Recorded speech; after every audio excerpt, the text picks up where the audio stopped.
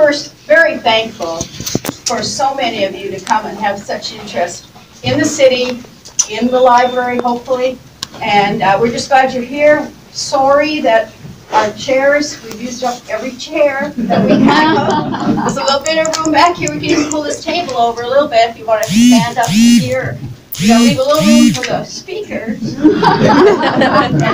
It's got a door. We gotta block it. We don't want them to escape, but you're all gonna be nice to me. So I'm Marianne Kohler, by the way. I know a lot of you, but some of you I don't. And I'm president of the Friends of the Library here at the Evelyn Meador Library.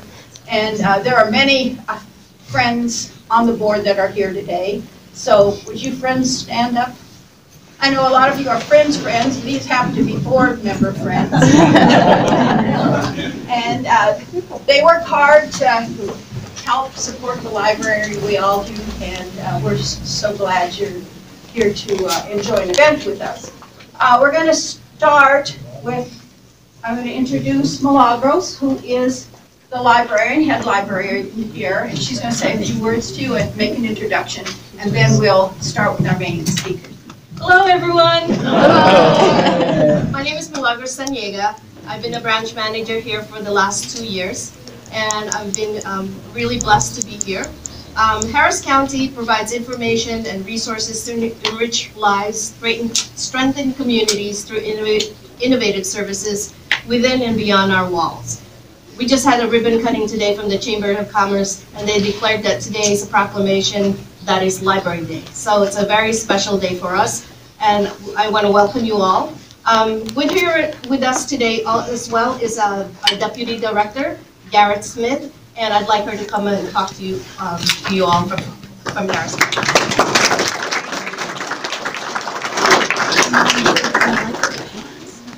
Good evening, everyone. My name is Garrett Smith, and I'm the Deputy Director for Harris County Public Library.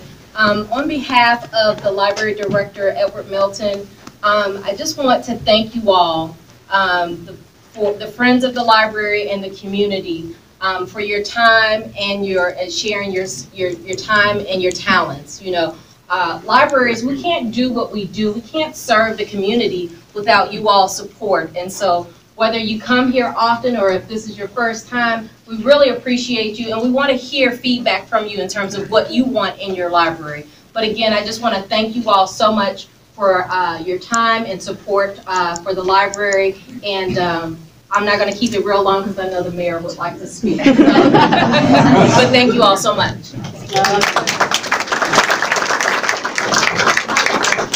All right, thank you. We're so glad to have you here with us.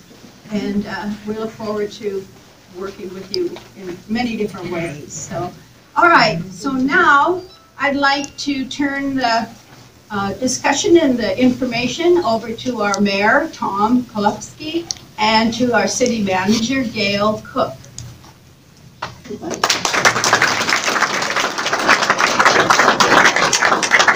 Thank you, everybody. Huge crowd, great. Not more than we expected. Thank you, friends of the library. Always a pleasure to see everybody again. We appreciate everything you do for this library. It's a great group. You've been active in this library for many years, and the city of Seabrook appreciates what you do. Anyway, we'll get started. I want to introduce Gail. Gail's going to talk about the 146 expansion right now, and then I'll follow up with economic development and what businesses we're retaining and what the news is on who's coming, and I think quell some rumors that have been going on. We're going on the news. It's not true. So anyway, here's Gail, and we'll start with the text back project.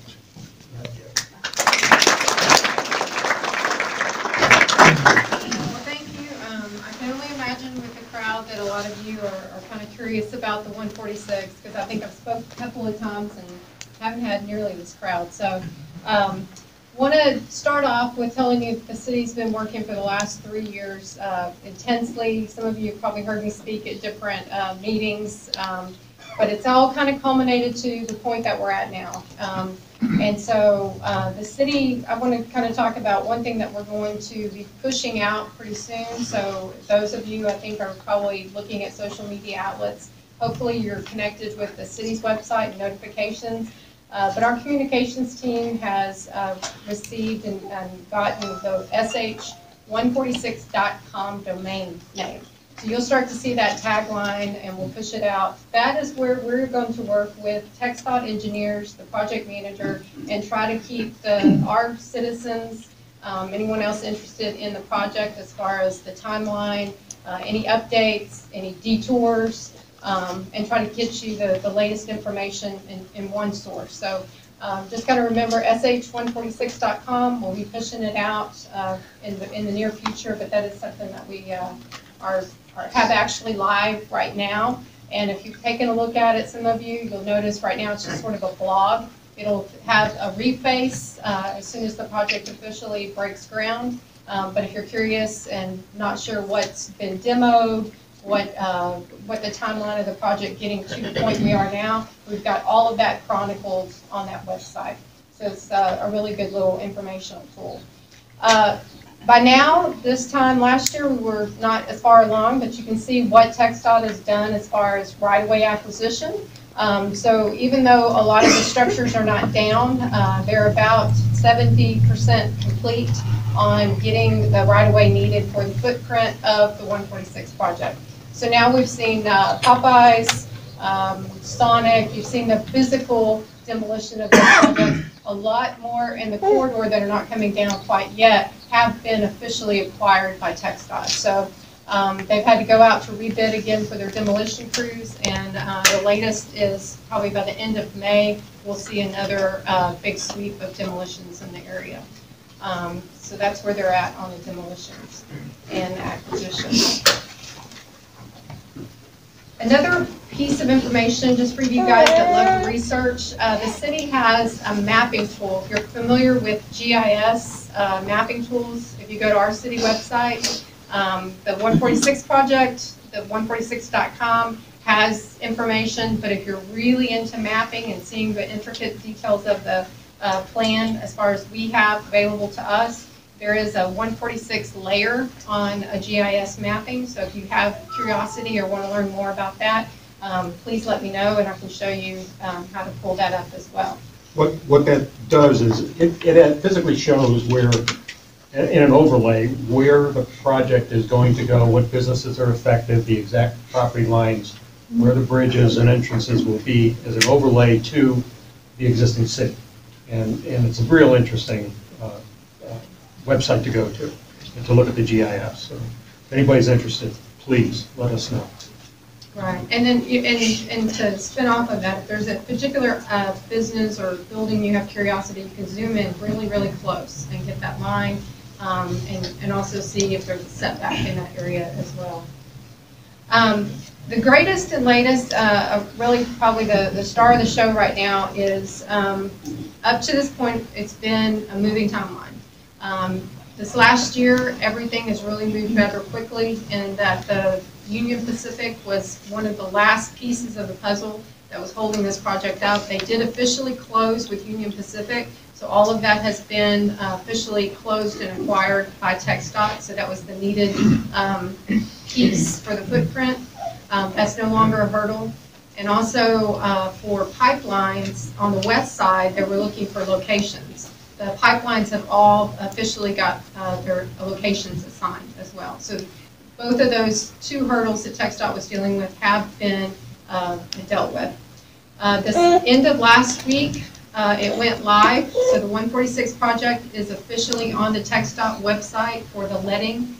So it is now out, and they have pre-qualified contractors, and the bids will be awarded May 1st and 2nd for these projects.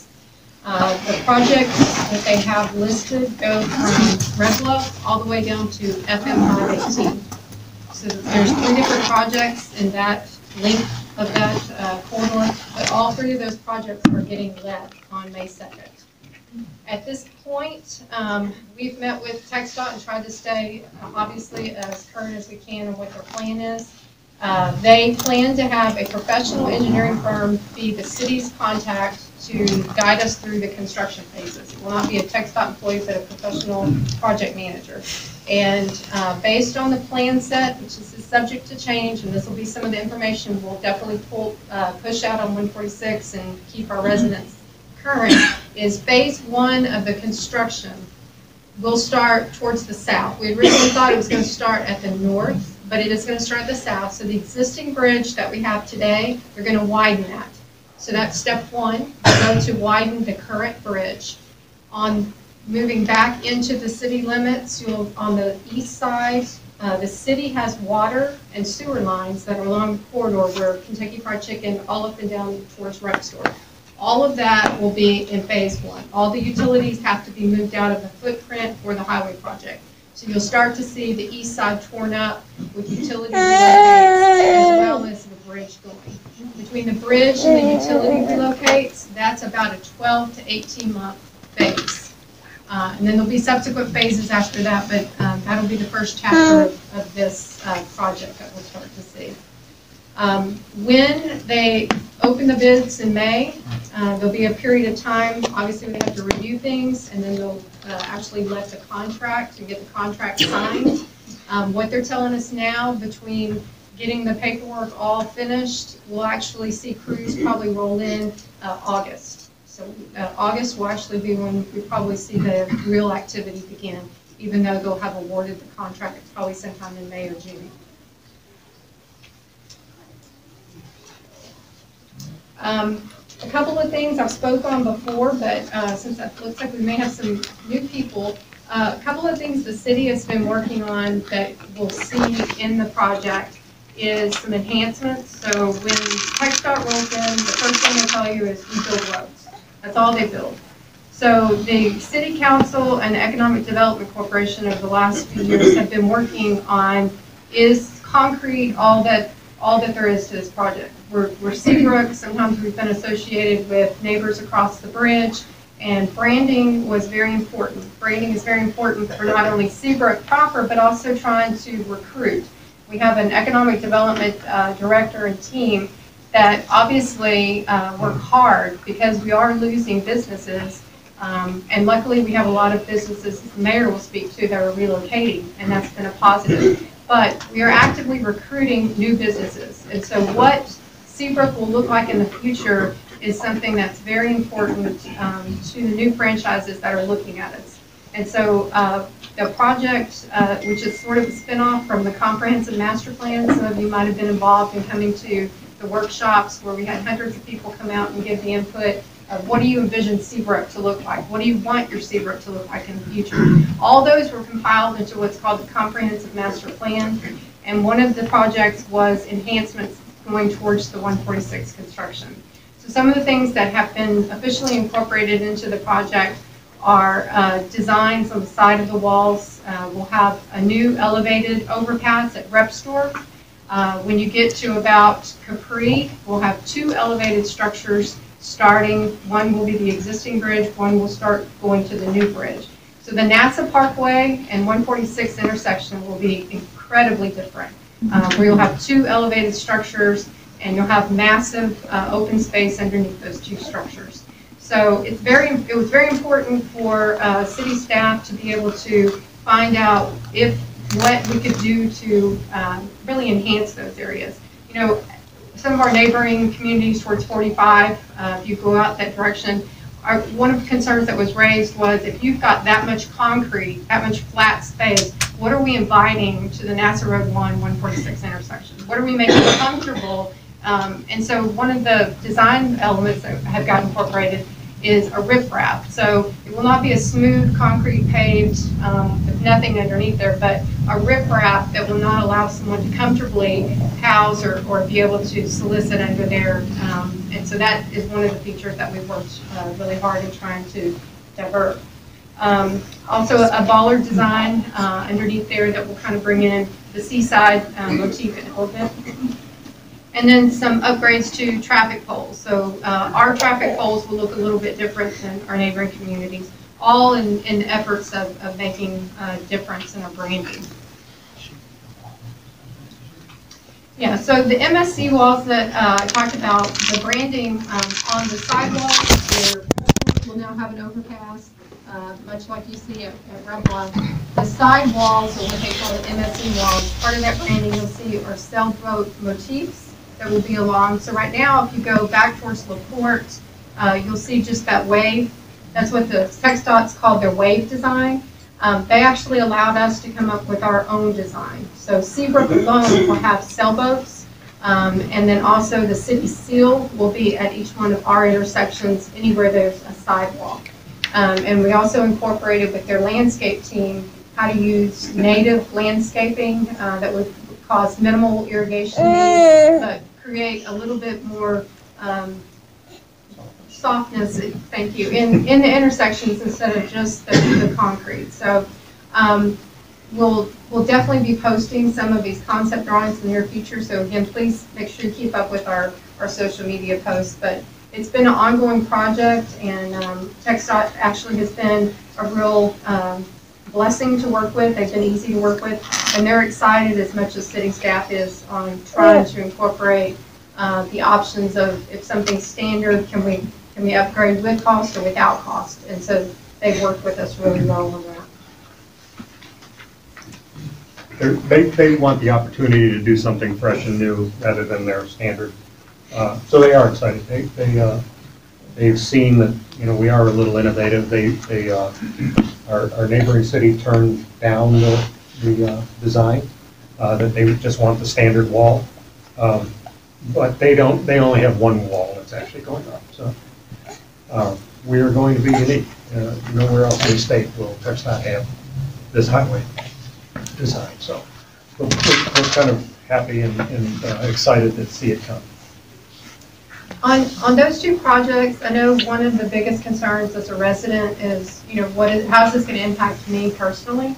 And so just to kind of give you a little bit of background, obviously the number one concern that we had, and do not have a choice, is we have to move our water and our sewer. So we are looking at about $4.4 million that will have to be expended. This is going through an application process for what they call a state infrastructure bank. This mechanism through TxDOT allows the city to borrow the funds at a very low interest rate, take the draws only of the money when we need them, and spread the debt further out and only pay interest until the project's actually completed. So this allows us several different mechanisms to soften what will happen to water and sewer rates, because this will have to be passed down. So you will see in the future some change to the water sewer rates based on this project. But again, we believe that we've streamlined it enough to where you will not have a spike or full impact of where, if we had to borrow at all at one time, what you would feel, as opposed to being able to spread it the way that the state infrastructure bank has allowed. The enhancements is the second project, and so City Council has worked with the Economic Development Corporation. They are a separate corporation from the general fund, which is funded by our ad valorem taxes, and they gather their revenue from a portion of sales tax. So not only what you're doing in the community, but what others are coming into the community and contributing.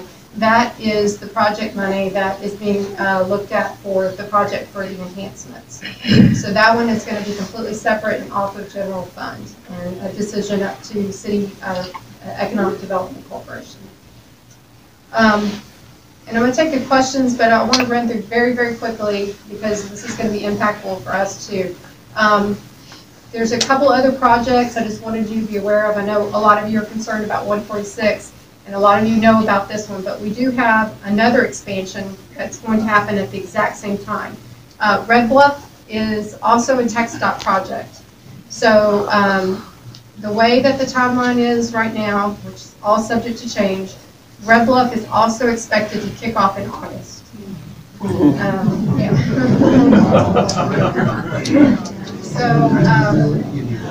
So we just need everybody to stay home. Well, you're going to be forced to stay home, actually. So both very good projects. The Red Bluff project will also have another bridge constructed over Taylor Lake. as well. So that will be, it's not a small project. One of the amenities that TxDOT and the county worked on together on that project is putting together a nice 10-foot pathway that will connect across the new bridge and back over, that you can get down Red Bluff to Armand Bayou. And so while it's going to be difficult, just like 146, it'll be a little bit shorter project, and there'll be an instant amenity that we hope the residents can enjoy. And the city has a master open space master plan. And Deborah, I see if I'm missing somebody, correct me, but Deborah's part of our open space committee. They put together a master plan many years ago of taking, if you enjoy our trail system now, how to link this trail system together where it would one day come to the Armand Bayou connection. So we are finally at that point. Once Red Bluff is complete, Seabrook is finishing the dedication with the fort, and in the next probably month, and we'll have the final leg. And so we'll have all the pieces together to finally have our loop complete. So, you know, just a little bit of glimmer of hope if you guys walk the trail system, that that's going to be an exciting little project to look out for in the future. I'm not going to steal any more of this. Any questions?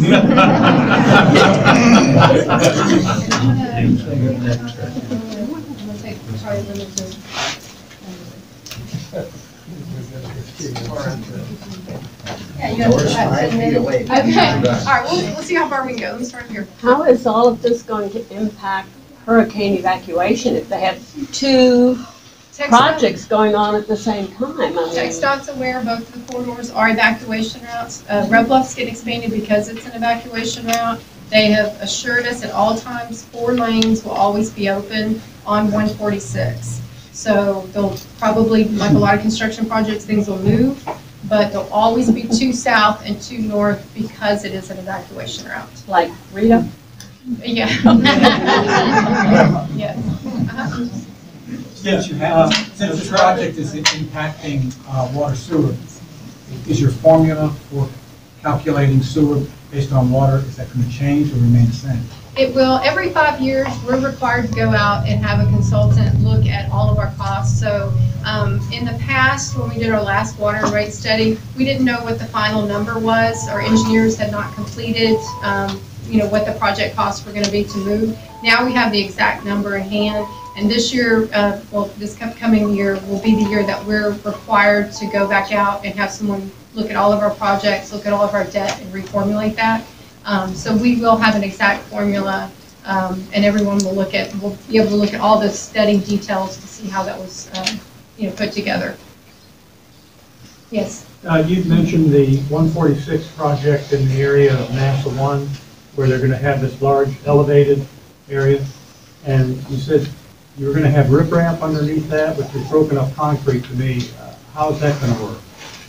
It's not just broken up concrete. It's a special riprap. It's got more of a finished look to it, and actually there's a tricolor that they're going to use under there, so it'll actually have an aesthetic look to it. It's just an uneven surface that will divert anybody from being comfortable of being able to camp out there. The concept plans right now would be that you have the riprap, and then art features could be put under there. But it's just not going to be comfortable to stand. But it's not going to be just a tore up concrete look. It's a finished type material. It's contained within a curve, and it really, when you add texture, it's not the sea of concrete that you have under it. So there will be bollards, and there will be a concrete curb containing it. It looks pretty nice. Thank you. Especially in elevated areas, is there any thought on how to reduce the sound? That is a question, obviously, we're getting a lot. When TxDOT came through and did environmentals, they did sound studies. And right now, there is no sound wall, and this goes for both the 146 project and the Red Bluff project. There's no sound walls that have been determined necessary to include within the TxDOT project. So there are no sound walls at this time. You mentioned about the rest of 146 about the pipelines. Does it mean that the pipelines are going to be removed, or They'll be relocated. So anything that's where the railroad tracks are or in front of the railroad tracks, all those are going to have to be moved back. So you'll On the have. other side of it, but just before the railroad ring, there's no changes. And after the railroad ring, there's no changes. Right, if they were outside the footprint, there's no changes. I think there's about 6 to 7 that are actually going to have to move. Thank you. Will there be times where the bridge on Red Bluff will be closed, or can we expect that to always be maintained open? Yeah, I don't think on the existing bridge they'll ever close that because they're not modifying the existing bridge. So I think we'll always have access. They're just putting 2 more lanes on the outside of the existing bridge. East and west, yeah. Well, the new bridge is going on the west side. As construction begins on 146, is the city going to do anything known as the Toddville bypass as Toddville Road? Because it can be quite dangerous getting out on that road at 5 in the afternoon. Well, one of the things that's going to happen, and I'm glad you brought that up, Phase 1A, part of that phase is the loop around to go back. If you come down Toddville and then you want to take the loop and then get back up and go southbound on 146, that loop, that actually is going to be demoed in Phase 1. Okay, so you won't be able to get on. No. So I think that's going to solve our problem. Or hopefully about 50%. Yes. Piggybacking on that question, off your website, the State Highway 146, it says the traffic concerns are already going to be addressed or have been addressed. I know that Toddville, once they demo the loop, and then they're going to hit Meyer and come up that way, and then they hit Repsdorf, and then go down Lakeside and through Lake Cove and everything else. What are the actual plans? Do you guys have something on paper, or just kind of take it as it comes, or what's going to happen? Well, obviously enforcement is going to be our number one, but we've tried to come up with a measure of coming in with, and we spoke with a couple of HOAs, a program that's going to be introduced to put in, you've probably seen our display signs where we do temporary speed displays. The modern technology will allow us to web-base all of that. And so our hope is to create a network on these hotspots of having these devices so that real-time back to our public safety department, we can see on a daily basis if the traffic is diverting to Meyer, we will know on a real-time basis, okay, our volume just spiked. We've got to have enforcement there and we need it now. And so that's sort of what our plan right now is, just to use some of those tools so that we can take our existing force and make sure that we're using them in the right places. Okay. So, but I mean, we already know that Toddville's being used, and we know that Lakeside's being used, but we haven't seen an increase in police activity or anything like that to help divert some of that. What can we do to get that going now? They are out because I do look at their reports. I think that's part of the problem is, we can't be everywhere all the time. And so we get that a lot that, I don't see anybody here. And you may not see anybody there between 5 or 6, but our officers are out there. The ticket data that I see is spread in different areas that have been enforcement concerns. The concern is we will get concerned, or right now we're just getting calls. That's why we need more tools to allow us to know where we need to move these guys. But they are out and they're as active as they can be. We did just hire, I will say we have been short. We just hired 4 additional police officers. So we're hoping that you'll definitely see a change in some of the visibility of seeing more officers. Yes. I have a question about, are we going to recoup any of the riprap for tearing things down? I'd love to see some enforcement along Toddville Road, along the water line and protection for the city. I mean, I hate to let go of that. Well, it's expensive to demo. It's part of the demolition contract with TechStop. They may already have plans for that. We can ask the question, but it is expensive to recover demolition material. There's a cost to that, right. And so we can certainly. If it's going to be hauled off anyway, it might be nice. Well, yeah, dumping it and putting it in other places is expensive. So I can bring that up with TechStop and see if there's an option. One final question? Well, you addressed some of the personal vehicle use increase in the neighborhood, but how are you going to keep the 18-wheelers? Recently, council did have a truck route ordinance that was approved. So Red Bluff 146 and NASA, anything going back into our communities, they are banned. They can't do it now. We have an ordinance to restrict that. They're not How going are you gonna to. keep them out? That's the question. Yeah. I know they're not It's supposed to, enforcement, but it's Right. enforcement. I mean, it's always enforcement. But we do have an ordinance, they aren't allowed to, so we can enforce that and ticket them for that. That's an expensive ticket. And most drivers will see the eligible. right now you can offset the loss of sales tax by sticking the truck. Well, we can, but it's, if it becomes a problem, we will do it. Anybody else? Or more of it? There was some discussion earlier about speed bumps and that kind of stuff through Lake Code. So when this traffic starts to divert, we see in Lake Code, from those of us that walk, the speed increases quite a bit. It gets a little scary on Lakeside and then coming into the neighborhood. So these people are going to be trying to find their way out, but they're doing it at an increased speed. So outside of speed bumps on Lakeside, how are we, the city is planning to address that? Yeah, that, again, we'll probably see some displays with the technology, but we have right now, because we've gotten that question a lot of times. So online, we have what's called our residential management plan. Speed humps are something that, from a public safety perspective, are difficult. And so we have a way for a community or a neighborhood to try to pursue them. But you have to get a petition and you've got to get a well majority of your subdivision to sign on. So it's not something that just an individual can come and say, I want speed bumps, but you're going to need to have a good chunk of your community to petition and then come to the city and talk about it. So it's not impossible, but there's a process. Okay. In that same respect, on Lakeside, for National Road 1, there's cars that park up and down Lakeside. Is that going to take a petition to get those people not to park? Because it jams up one whole lane, and it's dangerous when you're trying to pull out of different streets and stuff around there. Is that something that you have to take a petition, or how can we get these people not to park on the street? If you're talking about towards the apartments and the townhomes? Yes. Okay, so that issue has been dealt with pretty in depth over the last couple of years as well. And so there's the older townhomes, the last no parking ordinance, they have no place to park, so those were allowed. And then everything past that section and at the apartments, if they're not in their proper spaces, all of that is on the books now for a no parking zone. 24 hours? In the evening, I have to double check, there is an evening slot that they can park. Yes. Is there a municipal bond offered to fund this?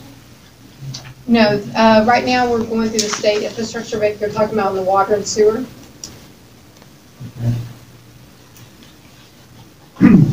What is the projected completion date of 146?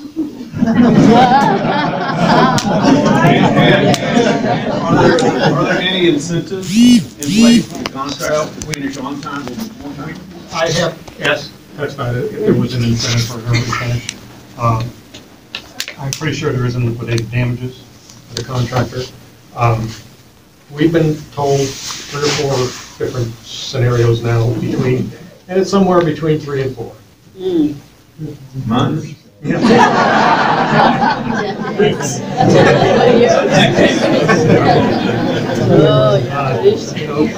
But we were told by TxDOT that until a contractor gets on board, he will set the schedule.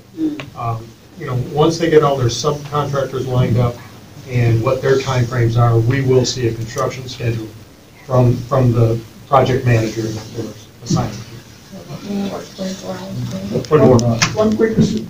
You mentioned about the economic development. What's the net driver? Is it going to be lose a lot of business? Or Well, that's what I'm going to talk about now. Okay. What a great lead-in. Perfect, thank you for the update.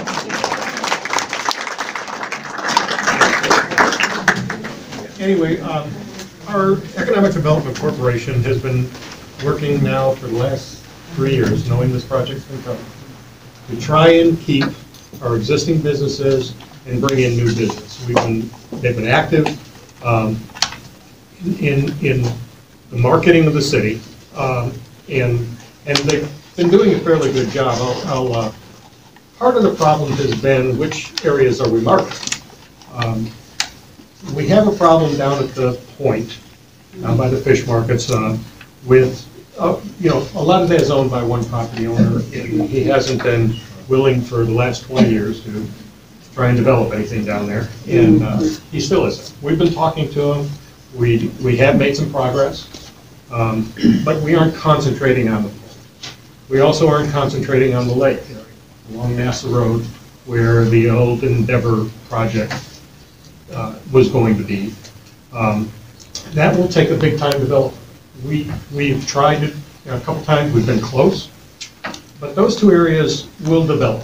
They'll develop when a big time developer wants to come in and put both are very expensive projects, very expensive land, and it'll take a deep pocket developer to come in. We're actively searching for one, but it hasn't been here. So our focus right now is on the 146 corridor, which is our biggest concern right now, and the old Seabrook area. We have a number of projects going in Old Seabrook. Merlion is moving, everybody has seen that. The new restaurant is going in on Main Street. We have some prospects right now. Well, we have a number of prospects that are looking in Old Seabrook. We're trying to develop that into a residential, commercial, mixed-use area. Always have. It's been on a master plan for many years. It's been studied. Seems to be that's what we want to keep, the old-time feel. That's the only area that we are going to be able to keep an old-time feel. 146 and it is in anything east of or west of the city is not old-time feel. I mean, we've got new developments. We've got Lake Cove. We've got Seabrook Island. We've got those developments on that side. So our old-time feel that we want to maintain, our small town look, is going to be Old Seabrook, and that's what we're trying to do. And so, we have done well in those areas. There's a lot of interest. A lot of things are coming, and I think we're going to see some progress there. As far as the 146, we've all seen businesses close. I mean, we lost Neptune. It doesn't look like Vinny's going to come back. He wants to retire. And there are some, Laredo's. These are icons that have been there for many years, and we're sad to see him go. Now, Laredo's, he actually wants to come back. He wants to take a year off. He wants to travel. He wants to spend time with his family, and he wants to take his time. But he's told us that he wants to come back to Seabrook, and we'll take him at his word that he'll do that. We have a number of areas a number of businesses that closed on that west side of the road. Enterprise Rent-A-Car has moved over into Miramar Plaza, so they retain. We have Mario's that is relocating into the Seabrook Center, which is a good business that we've retained. Tookie's moved over the bridge, but we're sad to see that. But we have been talking with Barry, and Barry wants to keep Tookie's in Tookie's Hamburgers in Seabrook, and he has a lease, and although he hasn't promised it, but he wants to come back.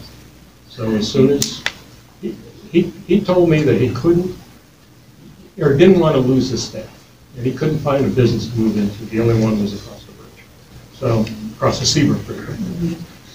I don't know where the Kima Bridge is, but I know where the Seabrook Bridge is. And so he does want to come back. Some of the other ones, of course, Red Door closed, but we just Hubcap Grill is coming in there. They're coming from Kima, so it's kind of a trade-off over the bridge here. We keep going back and forth. We have seen some new and expanding businesses. Of course, Blue Line Rental, which is a very good tax base for us, sales tax base. He's going to remodel. He's going to stay. They're cutting off the front of his building, but he's going to remodel it, turn around, and enter from the other side, which is amazing. So, you know, there are a lot of our businesses are staying or actively looking for places to stay. McDonald's, they're looking. You know, of course, CVS and AutoZone have built new buildings. You know, we are trying to market the Circle, you know, the Seabrook Center. We are actively marketing that. We're, as a matter of fact, our economic development coordinator is actually meeting with a number of businesses this week, next week, at the convention in Vegas, the retail convention in Vegas, and he's got a number of them lined up already to talk to. That are interested in Seabrook: Schlotsky's, Smoothie King, Sonic, 7-Eleven, Starbucks. Yeah. Starbucks actually, if the center would start, Starbucks said they will be here in a heartbeat. So if that center gets started, we know we will have a Starbucks. How many buildings can go in there? The maximum? Well, they want, you know, of course, they want the anchor. They want a grocery store anchor. And by the way, they are talking to 3 grocery stores in this convention right now that have shown interest. What's actually the Circle? The center. Is that the? It's a restaurant in Lakeside Circle. Okay. Once 146 gets widened, it will be, the entrance will be off of 146. It's where the old northeast corner entrance is at Resdorf and 146. Yes. Yes, that area. That area. Well, that's no. It's where the old public works building used to be. And the water tank is there. Anyway, it's on that. It's at the corner of Red Bluff. It's farther north. It's not right on the corner. It's not with a bug going this. So Kroger staying. A lot of questions about Kroger. Well, you know, we can't get a definite answer from Kroger. I'm told that last thing I heard, this was just a week ago, that they were talking about remodeling and expanding. That's not official. I mean, that's just hearsay on the street. I think until the project actually starts, we are not going to get a lot of answers from anybody. They're all holding close to the vest until they see what the time frame is, when they can start, and if they will start. We have known that at the center, you know, they are actively marketing for it. Once that anchor grocery store comes in, there is availability to answer the question of probably 6 or 7. There's also pad sites out front, but people don't want to come until they see the anchor, and that's been the hard hurdle that we had. We are actively marketing it. The developer is scrambling. The developer's out of California. He's done numerous centers, and he said this is the hardest he's ever seen. He's very experienced in doing this, so we're hoping that something will come of this. Yes, ma'am. Are we going to lose McDonald's? My grandkids will starve to death. McDonald's is looking for a place to relocate to. There's rumors, I can't talk about the location yet because the land deal hasn't been settled, but they are saying that they are staying in. Yes. I'm actually a resident of El Lago, and there's been some concerns about the traffic on Resdorf with the new circle going in, especially the traffic at Lock Lake around school hours with Ed White letting out, and there was some questions about what would be done if a traffic light would be put in there or something to alleviate the traffic, especially with the 146 I think the county project. has discussed that numerous times with El Lago and us. Yeah. Putting a traffic light slows traffic down, it doesn't speed traffic down. So if we're worried about traffic, putting in lights is probably not the solution. But the entrance to the center isn't going to be on Lakeside. There may be a back entrance, but the majority of the front of the center will be off of 146. Okay. So, there will be access off of Lakeside to So the back of the center. So are those shops going to be going in before the entrance on 146 is open? Well, I'm hoping, but maybe not. There is a wait period. They're waiting to see what the construction schedule will be, so other than that, I don't have an answer. Okay. From Red Bluff to the Kima Bridge, how many businesses have been impacted by the widening of the move? Do you have a total on that? There's a parcel count and a business count. So by HCAD, parcel count's about 92 parcels, but some are very tiny with nothing on it. 53 actually have some sort of business attached to it. What is the partial? What does that mean? Parcel, so when TxDOT is cross-referencing with Harris County. And there are small landowners in between that have nothing else on their property. We are marketing those as a package. So there's small parcels that are going to be left that can turn into big parcels. So there is opportunity for more than just small businesses to come back along 146, and we're marketing those as a group, as a large parcel. So out of the 52, the big businesses, how many of them will be retained within the city? In the new center or anything? I don't know if we have a percentage, but I believe it's more than 50%. Or finding relocation locations. And do we have enough space for all of them to relocate? Or that's the constraint? No, there is not. There is land, but a lot of these small businesses don't want to build their own building. Now, there is a couple of projects that, in front of the Towers apartments. There are a couple parcels there that the developer is, and I've been hounding him, but he has promised that he will start. There is a center going in there, a strip center. There's a gas station, a Chevron station going in the front. There's a large parcel for a pad site for a restaurant or fast food or whatever. But behind there, between that location of 146 and the Towers apartments, there will be a very nice modern center going in there. And I think he has a number of businesses already lined up to move in. I was told that he needed 50% of that leased. He's not quite there before he started. He said he's close. The shopping center, the Miramar Shopping Center on 146, the road expansion will take most of the parking area. Is there plans for that shopping center to continue? Yes, the center is staying. They actually have enough parking. They're losing the pad sites up front, so that was in the count. So the center itself has enough parking to remain. We are trying to talk to him to maybe do some remodeling in the future, but we're working for that. Some of the businesses that have closed are, Bob's Salsa with a Kick closed.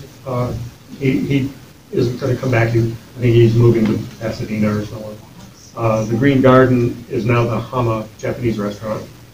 The Red Door, of course, is going to become the Hubcraft Grill. The Rotana Cafe has become the Bolt House. By the way, if anybody hasn't visited the Bolt House, it's very, very good food. And they got a great wine selection.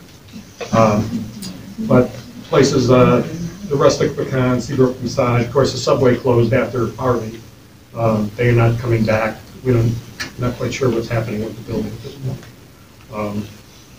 Hot Mamas and Allie's Jeans have closed. Of course, the ones that are closed by TxDOT were Laredo's Mattress Company, Maximum Scuba, the Sonic, the Neptune, Taco Bell, Cookies, Walgreens, and Wells Fargo. The ones so far that have been closed and being. Like Whataburger or more burgers are going to stay? Whataburger has said no, but the other week they had some some of their brokers looking for a piece of property. So they're not being forced out, though? Oh, yes. Oh, they are. Marburger's is already taken his closeout. We've heard that. No. I'm sorry, he. Heard that they don't want to. But they have taken it. It didn't make sense. It still doesn't make sense.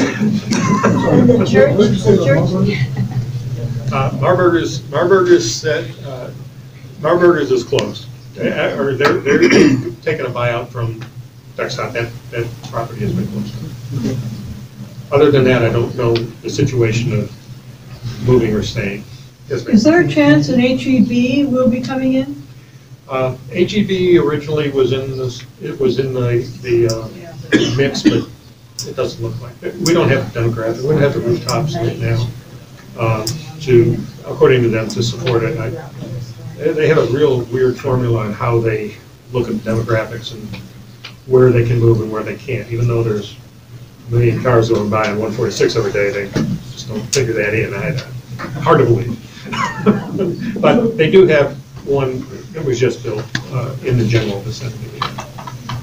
Yes, sir. So based on this information so far you've given, the city is going to lose a lot of money with the sales tax and everything. Will it have any impact on the residents, the people, from a tax point of view or anything? Well, of course I know, that's what this word is. One of the things we've known about the project for several years now, so we have already proactively taken money out of our budgets every year.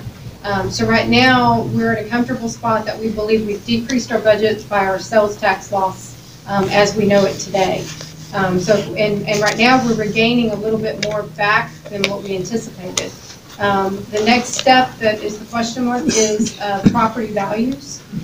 So right now, there'll be some residual value left. What we're working with for this upcoming budget will be what do we decrease again for the property value decreases. So there is another decrease coming, but right now the city is adjusting our expenses based on what our decreases are. And so that should not be a direct hit back to the residents. We know the water and sewer, there wasn't anything we could do on that.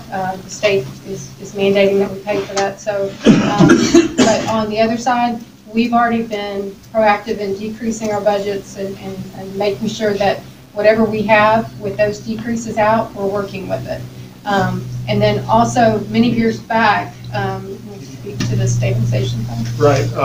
EDC has been probably now for 5 years, I think, as long as I've been on EDC. We have been putting money aside every year into a fund called the stabilization fund, where council approved a stabilization fund so that we could have that money available for the offset of any sales tax loss we have in the next few years. So it'll come out of that fund, for a period of time, and it's pretty healthy.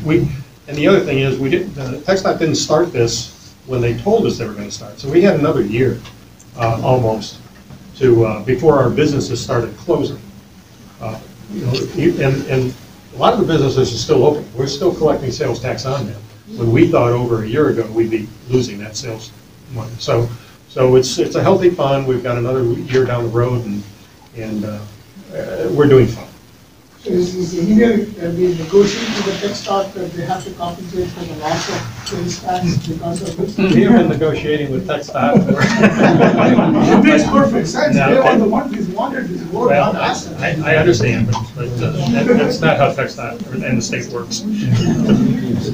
You seem to allude, if I heard it correctly, that you were adjusting for lower property taxes, meaning property values were lower. Is there a figure that you're using for that calculation? Well, the only thing I was alluding to is what we can take from the parcel map now that we know which parcels TxDOT is taking.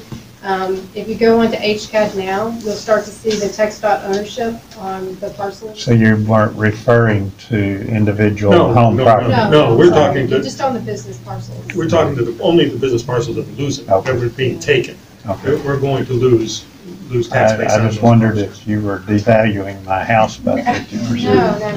But that, that value is what we do set our tax rate offset. So that's something we'll have to look at in more detail this year. Can we expect to see decreases or increases in home property value over the project? We don't foresee it because of the project. As a matter of fact, I think once the project is done, you will see an increase. With more businesses coming in and more rooftops coming in, I think it's positive. Yeah. Go ahead. With the expense for moving the utilities, what is the new tax rate going to be? That's a debt, so it is part of the tax rate, but that'll be kind of offset more by the increase in water and sewer rates. So that'll be just monthly payments? You'll start to see a slight increase on those rates on a monthly basis. What are those projected? Yeah, we'll do a new study in this upcoming year, and then we'll turn out what the new rates are going to be. But we were waiting on the final total for this project, and so now that we've got that, we'll start the study so that we can reevaluate what the rates are going to do. I was wondering about the sewer project on Toddville Road. What is that? What are they doing with the orange stripes? It's going to be another road we're going to tear up. That's good. That's good. That road's fine. That is a sanitary sewer line that runs from Bremerhoff to Meyer, and it's in really bad shape. So it's being replaced. Some areas are going to get bored and not have to be an open cut, but it's a project that's definitely needed, and even though you won't see it, trust me, you need it. It will be, once the crews roll out, we're doing some TVing right now, and then just putting the sheeting around the manholes. All the manholes are going to have to change.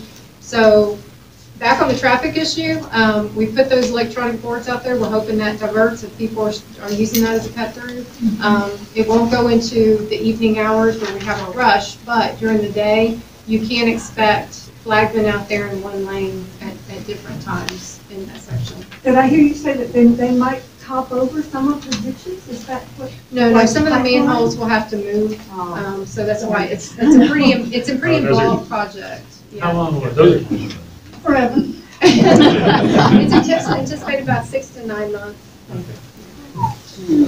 Every year, council and staff get together and we look at capital improvement projects. That's a project that has been on the boards for a couple of years. We finally have been able to fund it, and so this was the opportune time to go ahead and do it. Some of us that live out in Seascape over the past month have noticed some activity going on between the old 146 and Red Bluff, where a lot of timber has been leveled down to pure ground. You want to comment on what's going on there?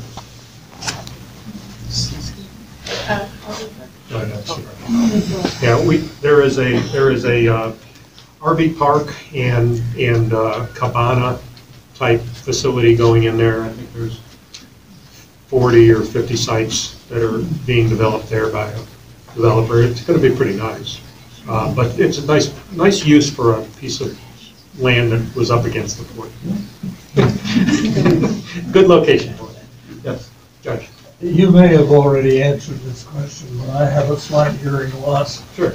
And because of what's happened to Bastrop, Texas, is this overhead highway going to be on pillars, or is it going to be solid? It's going to be solid. And so we over there can't see over here. In certain areas, no. Yeah, you're right. Yeah, it isn't an elevated highway all the way. It's going to be on grade for portions. It's going to elevate over Massa Road, over Repstorf, over Red Bluff. It's what's holding it up. That's what I'm concerned about. Yeah, there will be walls, just the same as you kind of see down at the Bay Area.